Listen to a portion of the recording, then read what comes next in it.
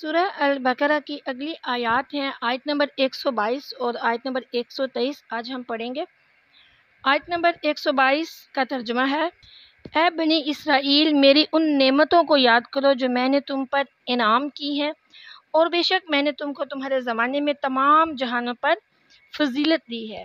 اور آیت نمبر 123 کا ترجمہ ہے: اور اس دن سے ڈرو جب کوئی شخص کسی شخص کی طرف سے کوئی بدلہ نہیں دے سکے گا، اور نہ کسی شخص سے کوئی فدیہ یعنی کہ تاوان قبول کیا جائے گا، اور نہ کسی شخص کو بلا اذن کسی کی شفاعت نفع دے گی، اور نہ ان کی مدد کی جائے گی۔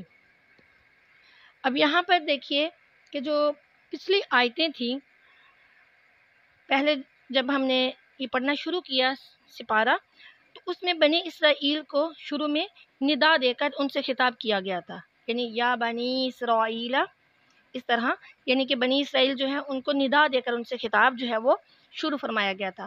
اب بہت کچھ کلام فرما کر تقریباً ان سے خطاب جو ہے وہ ختم ہو رہا ہے، لہٰذا پھر وہی خطاب ہوا۔ پھر دیکھیے کہ جو پہلی آیتیں تھیں ان میں فرمایا گیا تھا کہ بنی اسرائیل جو ہیں وہ نبی علیہ الصلوۃ والسلام کو اپنے تابع کرنا چاہتے ہیں، اور وہ سب سرداری کرنے کے عادی ہیں۔ اب ان سے خطاب کر کے فرمایا جا رہا ہے کہ تم کو جو کچھ نعمتیں اور بزرگیاں گزشتہ زمانے میں ملی تھیں وہ انبیاء کرام علیہ السلام کی غلامی کی برکت سے تھیں۔ اگر تم ان نعمتوں کی بقا چاہتے ہو تو اس نبی آخر الزمان حضرت محمد مصطفیٰ کریم صلی اللہ علیہ وآلہ وسلم کی اطاعت اور فرما برداری کرو۔ پچھلی آیت سے معلوم ہوا تھا کہ یہود و نصارہ نے کتاب اللہ کو غرور اور تعصب کا ذریعہ بنا لیا تھا، جس سے وہ کتاب ان کے لیے حجاب بن گئی۔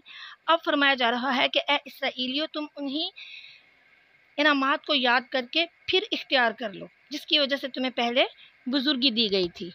آپ دیکھیں کہ یہ جو آیت ہے آیت نمبر 122، اس میں یہودیوں کو خطاب کر کے کس لقب سے بلایا گیا؟ یا بنی اسرائیل۔ اب یہ والا جو خطاب ہے یہ کبھی عتاب کے لیے آتا ہے اور کبھی رحمت کے لیے آتا ہے۔ یہاں بظاہر جو ہے وہ عتاب کا خطاب ہے، لیکن ممکن ہے کہ رحمت کا خطاب ہو، اس لیے ان کو برگزیدہ نبی حضرت یعقوب علیہ السلام کی نسبت سے یہاں پکارا گیا ہے، یعنی اے اسرائیلیو۔ ہم پیچھے پڑھ چکے ہیں بنی اسرائیل کے بارے میں ڈیٹیل کہ اسرائیل حضرت یعقوب علیہ السلام کا لقب تھا، اور جو بنی اسرائیل ہے یہ انہی کی اولاد میں سے ہیں۔ تو اللہ تعالیٰ فرما رہا ہے کہ اے اسرائیلیو، اگرچہ تم بڑے مجرم اور خطا کار ہو، مگر چونکہ ہم ستار اور غفار ہیں اور تم ہمارے ایک بندہ خاص کی اولاد ہو، اگر اب بھی ہماری طرف رجوع کرو تو ہماری رحمت تمہیں لینے کے لیے تیار ہے۔ یہاں پر یہ بات یاد رکھیے کہ اللہ عز و جل نے قرآن کریم میں دیگر انبیاء کرام علیہ السلام کو نام لے کر پکارا، مگر اپنے پیارے نبی حضرت محمد مصطفیٰ کریم صلی اللہ علیہ وآلہ وسلم کو القاب کریمہ سے پکارا۔ ایسے ہی دیگر امتوں کو ان کے نسبی ناموں سے پکارا، اور امت محمد رسول اللہ صلی اللہ علیہ وآلہ وسلم کو الذین آمنوا کے پیارے خطاب سے پکارا کہ یہ اس امت کا احترام ہے۔ خلاصہ تفسیر یہ ہے، اللہ تعالیٰ فرما رہا ہے اسرائیل سے، اسرائیلی جو ہیں یعنی کہ بنی اسرائیل جو ہیں، اے ہمارے بندہ خاص حضرت یعقوب علیہ السلام کی ناسمجھ اولاد بنی اسرائیل، ان گزشتہ نعمتوں کو یاد رکھو اور ان کا شکریہ ادا کرو جو ہم نے تم پر پہلے کی تھی، کہ مصر سے فرعون کو نکال کر تمہیں وہاں کا بادشاہ بنایا، پھر اسے ڈبو دیا، تمہیں بچا لیا، یعنی فرعون جو بادشاہ تھا اس کو ڈبو دیا اور بنی اسرائیل کو بچا لیا۔ پھر فرمایا کہ ہم نے تم پر من سلوہ برسایا، تم میں انبیاء کرام اور اولیاء کرام پیدا فرمائے۔ یہ ساری نعمتیں پیچھے ہم کافی زیادہ وہ تمام نعمتیں پڑھ چکے ہیں جو اللہ تعالیٰ نے بنی اسرائیل پر نازل کی تھیں۔ اور مزید اللہ تعالیٰ فرما رہا ہے کہ اور سب سے بڑھ کر یہ کہ ایک زمانے میں تم کو تمام جہانوں پر بزرگی دے دی کہ تمہارے پائے کا دنیا میں کوئی بھی نہیں تھا۔ ذرا عقل سے کام لو کہ تم نبی زادے ہو، تم پر اطاعت الہی زیادہ لازم ہے تاکہ تم دوسروں کے واسطے نمونہ بنو، اور تم سے تمہارے باپ دادوں کے نام روشن ہوں گے کہ لوگ تمہیں دیکھ کر کہیں کہ جن کی اولاد ایسی نیک ہے ان کے باپ دادا کیسے نیک ہوں گے۔ تم اپنے ان فضائل سے غلط فائدے حاصل کرنے کی کوشش نہ کرو، بلکہ اس نبی آخر الزماں حضرت سیدنا محمد مصطفیٰ کریم صلی اللہ علیہ وآلہ وسلم پر ایمان لا کر سچے مسلمان بن جاؤ اور ان پر ایمان لے آؤ۔ اب دیکھیں جو کافر ہے اس کا شکر یہ ہے کہ وہ مومن ہو جائے، اور جو مومن ہے اس کا شکر کیا ہے کہ وہ نیک اعمال کرے۔ حضور نبی کریم صلی اللہ علیہ وآلہ وسلم کی غلامی رب کی تمام نعمتوں کا شکریہ ہے۔ جو بادشاہ کو راضی کرنا چاہے وہ اس کے شہزادے کو راضی کرے۔ اب یہ نہ سمجھو کہ نبی زادے ہونے سے ایمان اور اعمال کی ضرورت نہیں رہتی۔ خیال رکھیے کہ جتنا بڑا منصب ہوتا ہے اتنی بڑی آزمائشیں بھی ہوتی ہیں، اتنا زیادہ اعمال کی بھی ضرورت ہوتی ہے۔ یعنی بنی اسرائیل اگر انبیاء کرام علیہ السلام کی اولاد تھے تو اب یہ نہیں کہ اب وہ جب نبی آخر الزمان جن کا ذکر ان کی کتاب میں آ چکا ہے اس پر وہ ایمان نہ لے کے آئیں تو پھر بھی وہ نبی زادے رہیں گے، ایسا نہیں ہے۔ ان کو چاہیے کہ اپنی کتاب پر عمل کریں، اور ان کی کتاب پر عمل کیا ہے؟ نبی کریم صلی اللہ علیہ وآلہ وسلم پر ایمان لے کے آنا۔ تو جب نبی زادے ہیں تو پھر ان کے لیے ایمان اور اعمال کی ضرورت ہے۔ وہ ایمان لائیں گے تو ہی مسلمان ہوں گے، نہیں لائیں گے تو پھر وہ کافر کہلائے جائیں گے۔ مزید بنی اسرائیل کو کہا جا رہا ہے کہ تمہارے سامنے قیامت کا دن ہے جس دن نہ تو کوئی نفس کسی کافر نفس کا فدیہ ہے، نہ اس کی طرف سے کوئی فدیہ ادا کرے گا۔ یعنی کہ قیامت کے دن کوئی بھی جان کافر جان، کافر نفس، کافر انسان کسی دوسرے کافر کے طرف سے فدیہ ادا کر سکے گا، اور نہ خود اس کافر سے کوئی فدیہ وغیرہ لے کر چھوڑا جائے گا اس کو، نہ اس کافر کو کسی کی سفارش نفع دے گی، اور نہ ان کی کسی اور قسم کی امداد کی جائے گی۔ تو فرمایا جا رہا ہے کہ اپنی پیغمبر زادگی کے دھوکے میں نہ رہنا۔ اللہ تعالیٰ کہہ رہا ہے کہ ہماری بارگاہ میں ایمان اور اعمال لے کر آنا۔ اب دیکھیں کہ دنیا میں اگر کوئی نالائق نافرمان اولاد ہوتی ہے اس کو والدین منہ نہیں لگاتے، تو اسی طرح آخرت میں بھی انبیاء کرام اور اولیاء کرام بے ایمان اولاد کو نہیں پوچھیں گے۔ اور یہاں پر یہ بات بھی یاد رکھیے کہ شفاعت بھی اسی کی جائے گی، یعنی انبیاء کرام علیہ السلام جو ہیں وہ شفاعت اسی کی کریں گے جو ایمان والا ہوگا، کافر کی تو شفاعت کی ہی نہیں جائے گی۔ اب ان آیات سے ہمیں چند طرح کے فائدے حاصل ہوئے کہ اولاد نبی ہونا اللہ کی بڑی نعمت ہے۔ سادات کرام دوسروں سے افضل ہیں بشرطے کہ وہ مومن ہوں، کیونکہ اللہ عز و جل نے بنی اسرائیل کو اسی نسبت سے یاد فرمایا کہ اے یعقوب علیہ السلام کی اولاد، یعنی بنی اسرائیل، یعنی کہ اے یعقوب علیہ السلام کی اولاد، نیز ان بنی اسرائیل کو تمام جہان پر افضیلت ملی تھی۔ وہ محض اپنے اعمال سے نہ تھی، نیک اعمال تو بعض قبطیوں اور دوسری قوموں نے بھی کیے تھے، بلکہ ان کی فضیلت اولاد انبیاء ہونے کی وجہ سے تھی۔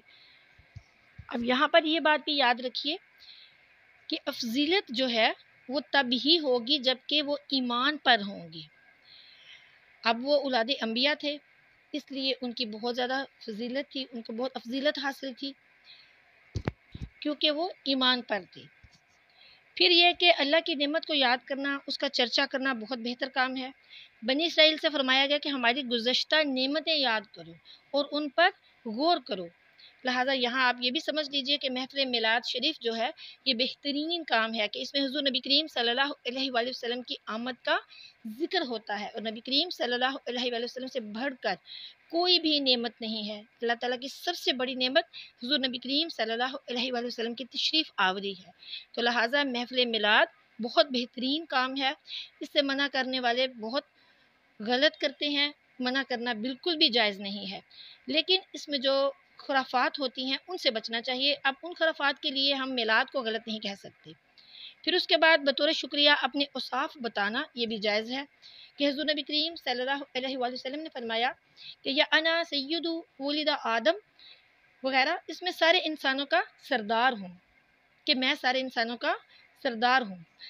یوسف علیہ السلام نے بادشاہ مصر سے کہا تھا کہ میں بڑا محافظ اور علم والا ہوں۔ یہاں بھی بنی اسرائیل کو اپنے ان فضائل اور بزرگیوں کے ذکر کرنے کا حکم دیا گیا کہ جو اللہ تعالیٰ نے انہیں عطا فرمائی تھی۔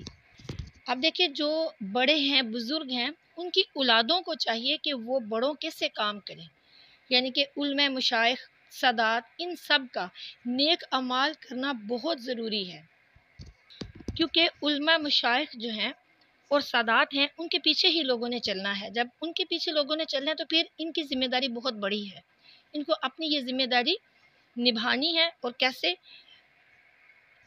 وہ ایسے نبھانی ہے کہ انہوں نے ہی تعلیمات اسلام پر عمل کرنا ہے۔ جب یہ خود عمل کریں گے تو پھر دوسروں کو دعوت دیں گے، پھر دوسرے ہی عمل کریں گے۔ جب یہ خود ہی عمل نہیں کریں گے تو پھر دوسرے کیسے کریں گے؟ اور پھر یہ کہ بغیر ایمان کے کوئی بھی پیغمبر زادگی اور کوئی بھی نیکی جو ہے وہ کام نہیں آ سکتی۔ اب حضرت نوح علیہ السلام کے جو بیٹے تھے، خود جو کنعان تھا ان کا بیٹا، تو اب دیکھیں کشتی جو جب ان کی حضرت نوح علیہ السلام نے اپنی کشتی میں تمام جانوروں کو، ہر کسی کو بٹھا لیا، لیکن اپنے بیٹے کو بٹھانے کا حکم نہیں تھا۔ کیوں؟ کیونکہ وہ کافر تھا، ایمان پر نہیں تھا۔ اللہ عز و جل سے دعا ہے کہ وہ ایمان اور ہدایت پر استقامت عطا فرمائے، آمین۔ اب ان آیات کی تفسیر میں صوفیہ کرام فرماتے ہیں کہ انسان کو دو چیزیں حاصل ہیں، ایک نفس اور دوسری روح۔ روح اور اس کی صفات گویا بنی اسرائیل ہیں، کیونکہ ان پر انبیاء کرام کی توجہ ہے، اور نفس امارہ اور اس کی صفات جو ہیں وہ گویا کفار ہیں اور مشرکین ہیں۔ روح سے خطاب کر کے فرمایا گیا ہے کہ اے روح صفات، اے روح اور صفات روح، تو ہماری گزشتہ نعمتوں کو یاد کر کے تجھ کو عالم ارواح میں طرح طرح کی نعمتوں سے نوازا گیا، اور تجھ کو عالم مادیات، عالم ظلمات وغیرہ بہت سے جہانوں پر بزرگی دی۔ اب تو جو ہے وہ صحبت اغیار میں اپنے آپ کو خراب نہ کر لینا۔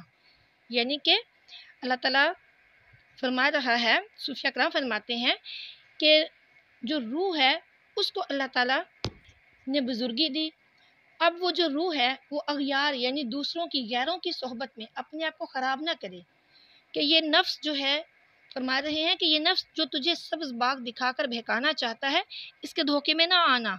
اگر تو اس کی اطاعت کر کے گمراہ ہو گئی تو نہ تو قیامت میں یہ تیری فدیہ بنے گی، اور نہ ہی تیری سفارش کر سکے گی، اور نہ اس سے تجھے کسی قسم کی مدد پہنچے گی۔